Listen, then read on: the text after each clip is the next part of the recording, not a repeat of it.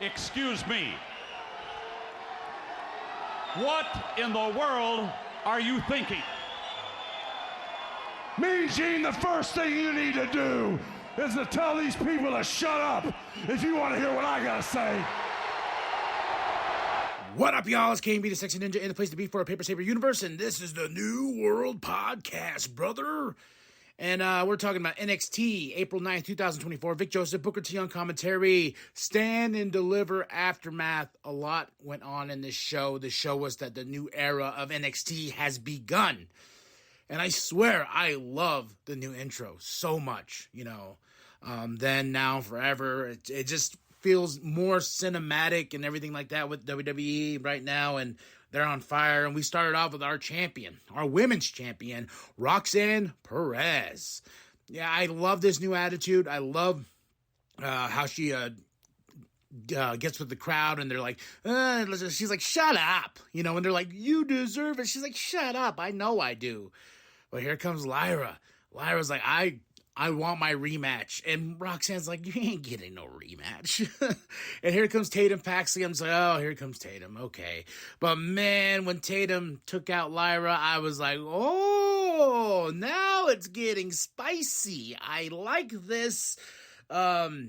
Because this whole thing has just been like scratching the head like, oh, okay, I guess we're going to do this. But now that Tatum has attacked Lyra because she says she's ready to take on Roxanne Perez, the betrayal of this story of these two, we can build upon so they can face each other. And in a few weeks, we get Spring Breaking'.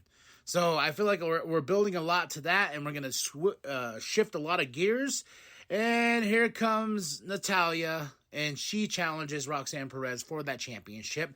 Roxanne's like, no way, you ain't gonna get this. But when Natalya came out, Roxanne Perez's face, her reaction to Natalya was my exact emotion of that moment as well. I was like, okay, sure. But then Ava comes out and she approves. She approves the match, and so we got a women's NXT championship match tonight. Next up, we have Kelly with Axiom and Nathan. Thanks to Anonymous, we got the rematch of rematches for the NXT Tag Team Championships with the Wolf Dogs. And Axiom and Nathan said, look, if we do not beat Braun and Baron this time around, we shouldn't even be a tag team. And we're going to go into this with everything. And Nathan just tells Axiom, like, hey, if this is it, then this is it, man. So a lot of emotion riding high. Chase U backstage. You know, they're celebrating a little bit because they're bringing in Fallon and Jordan as, kind of members of Chase U, honorable members of Chase U. But here comes JC. JC to ruin the party because she tells the truth of why Chase U went under. So we remember that package that was received by the family. So Mr. Chase put a bet on the match that Thea Hale had when she was going to fight for the NXT Championship, and Mr. Chase threw in the towel. He put a lot of money on that match, apparently, and he put a lot of money on Thea, and that's why Chase U went under. JC was telling her, like, yeah, you're the reason why. You're the loser that Chase keeps on betting on. But Mr. Chase tells Thea, like, I will always bet on you. A lot of emotion. I was like, JC, you bitch. Causing all this drama. And Jasmine just standing there. So I can't wait to see where we go with that. Kiana James and Izzy Dane versus Fallon and Kalani. Fun tag team match. Kiana James and Izzy for the win. So I'd like to see what are we building Kiana and Izzy to? Like, what are we gonna do with them? Especially Fallon and Jordan. Like, I'm interested to see what's next for these two. The next match we have is Scripps versus Javon Evans. NXT debut because he's been on NXT Level Up. And I like Scripps' little promo in the back. He's like, he's bouncy, but he's about to get bounced. I was like, damn.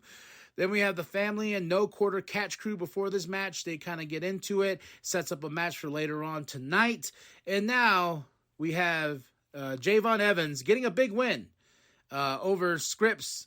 So his finish is really cool. I really like Javon Evans' finish, but if it's not timed right, like he landed pretty much on Scripps' head, and I was like, ooh, you gotta tell the person to scoot out a little bit more, you know what I mean? Because like it's a cool finish, but damn, I'm like, I feel like some devastation could happen with that finish and hurt somebody really bad. So hopefully he gets to clean that up a little, and hopefully Scripps is okay, because like I said, landed right on his head.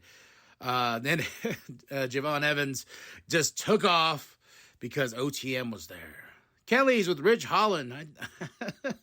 He attacked Joe Gacy before his match with Sean Spears at the Stand and Deliver, and Ridge is like, I don't know what was going on. I blacked out. Oh. And Joe's like, it's okay. He comes out of nowhere. He's like, I get it. You were a superstar. Now you're a commentator on a panel, you know?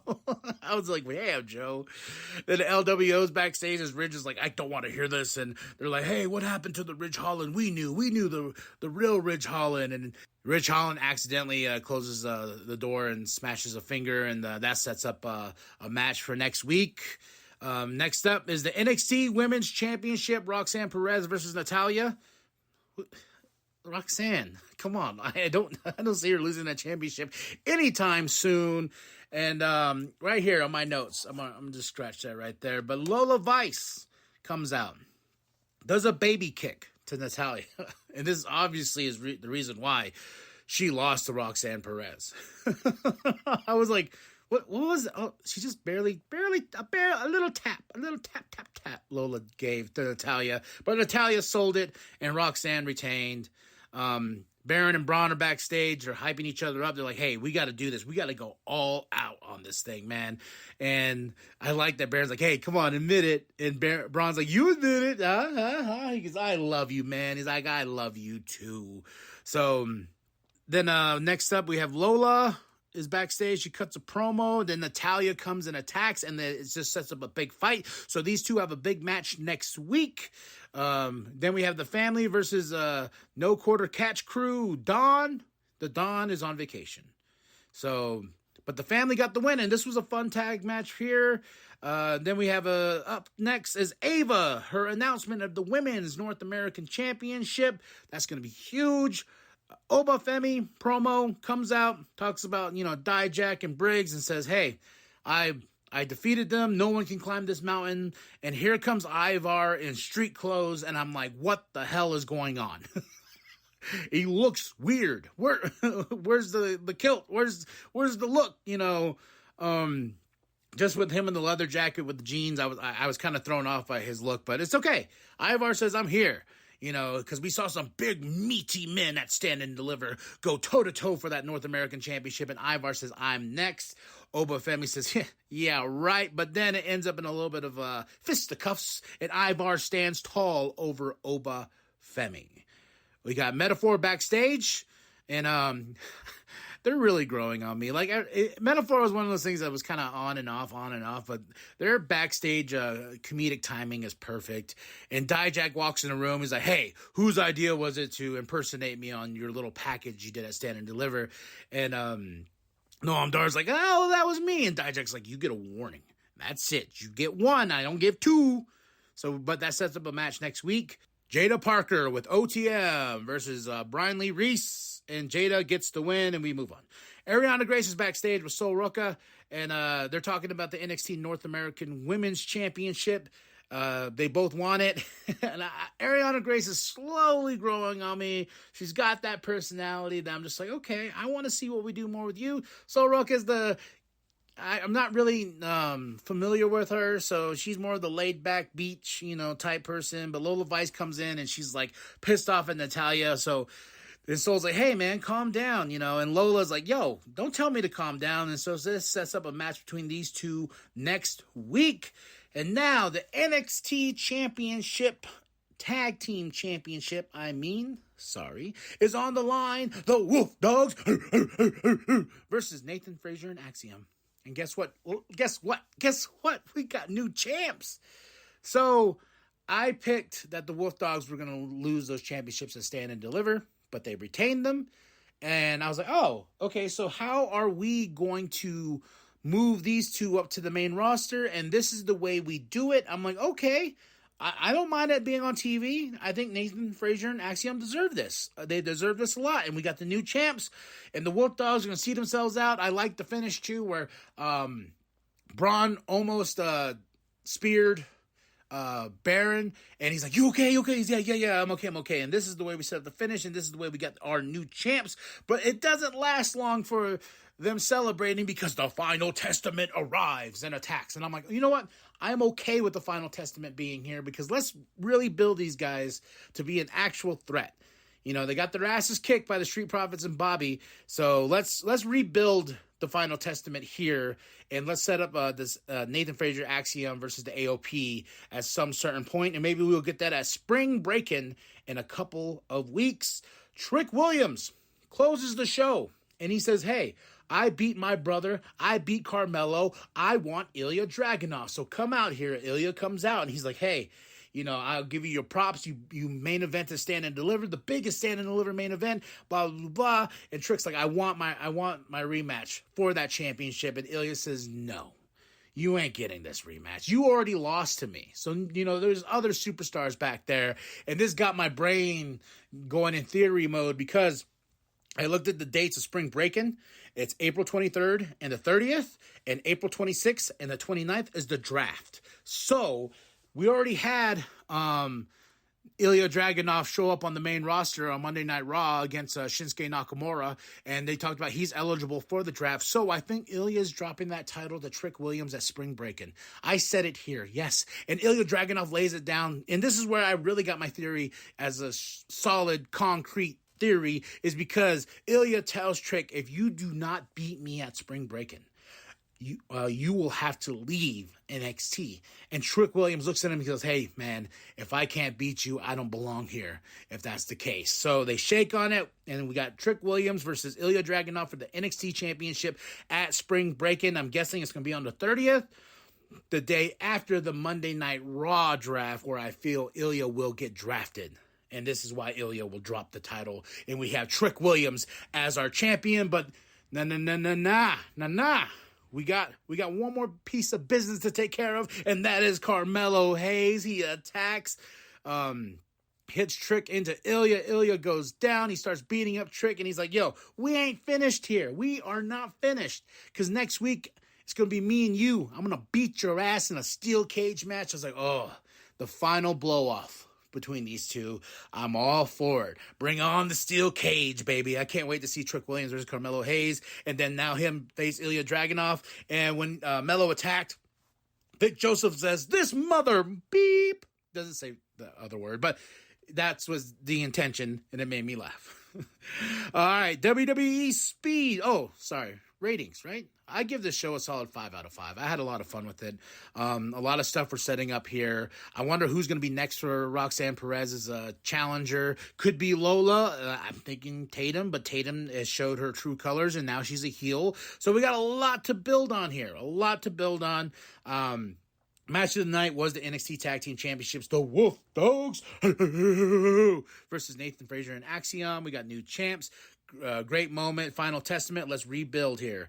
Okay. And then we got Ivar, who's going to be facing Oba. We got some new, fresh storytelling there. So let's go. And like I said, Spring Breakin', April 23rd and 30th, 2 weeks, and the draft, the 26th and 29th. So a lot is ahead. And now to WWE Speed.